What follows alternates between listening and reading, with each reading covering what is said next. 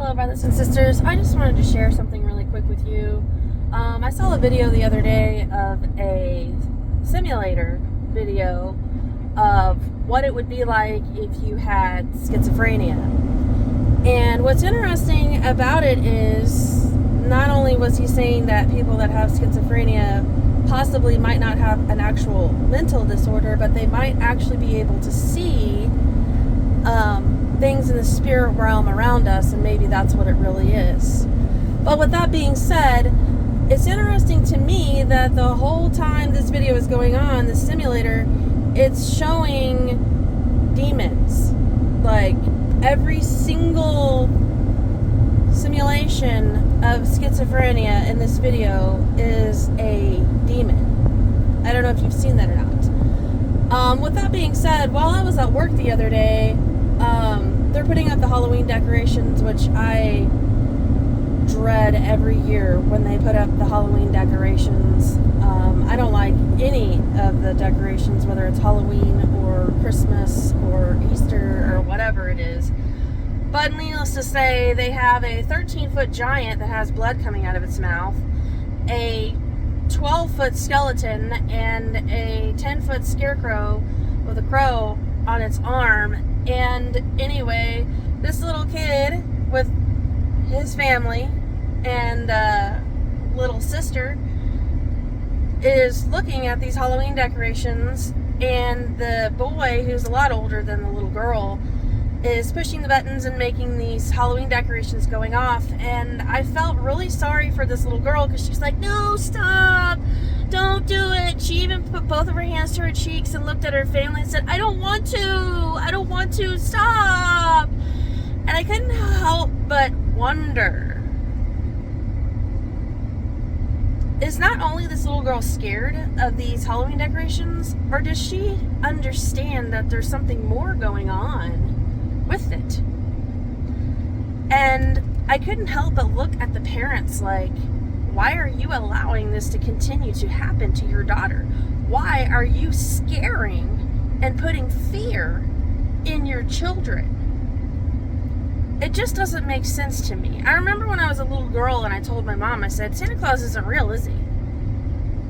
And I just kept pushing on her. I'm like, he's not real, is he? Is he? And she said, no, Ashley, he's not. And I remember I was so upset that day as a little kid. Like, everything I've been told to me was a lie as a kid, and everything I've been told to me as an adult is a lie as well. And I'm just like, I just don't get it. I mean, yeah, I understand God has grace and all that and everything, but don't you think you wouldn't want to put fear in your children every year? I mean, I just don't think that that's a very kind thing to do in general, you know? And then wonder why the ways of the world is why they are, because, you know, oh, well, you know, it's just fun and games, it's not real, but yet you don't understand. Demons feed on fear. They love it, and you're feeding them when you do that to your children, when you put fearful items like murder and blood and all this stuff out on your lawn and everything. You're literally opening a gate for the demons to come in, because they like fear. They run to it. They love it. And in a world that is so wicked and twisted, I think as Christians, if that's what you want to call it, followers of Jesus Christ, born again believers, I would think, as us being followers of Jesus, that we would not want to contribute to that. I would think that would be I think that would be logical, you know?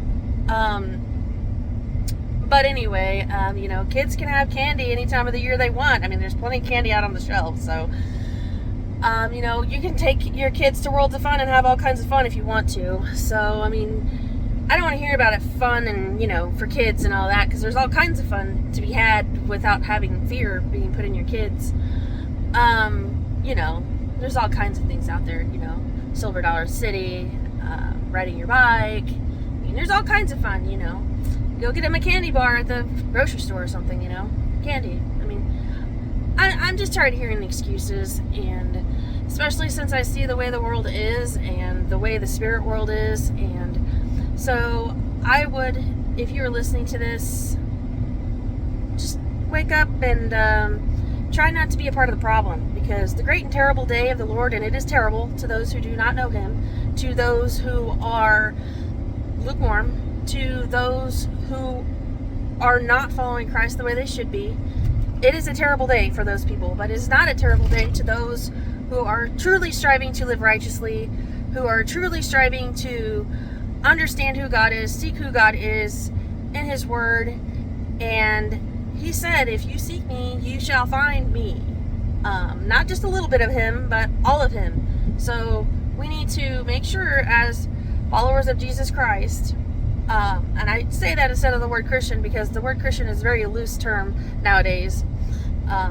You can do anything and be a Christian, and nowadays, the road is narrow to those who find Jesus, to the true Jesus, not the one, not the denominational Jesus, the true Jesus of the Bible. So I would just encourage each and every one of you to be ready for the Lord's return, because he's coming very, very soon.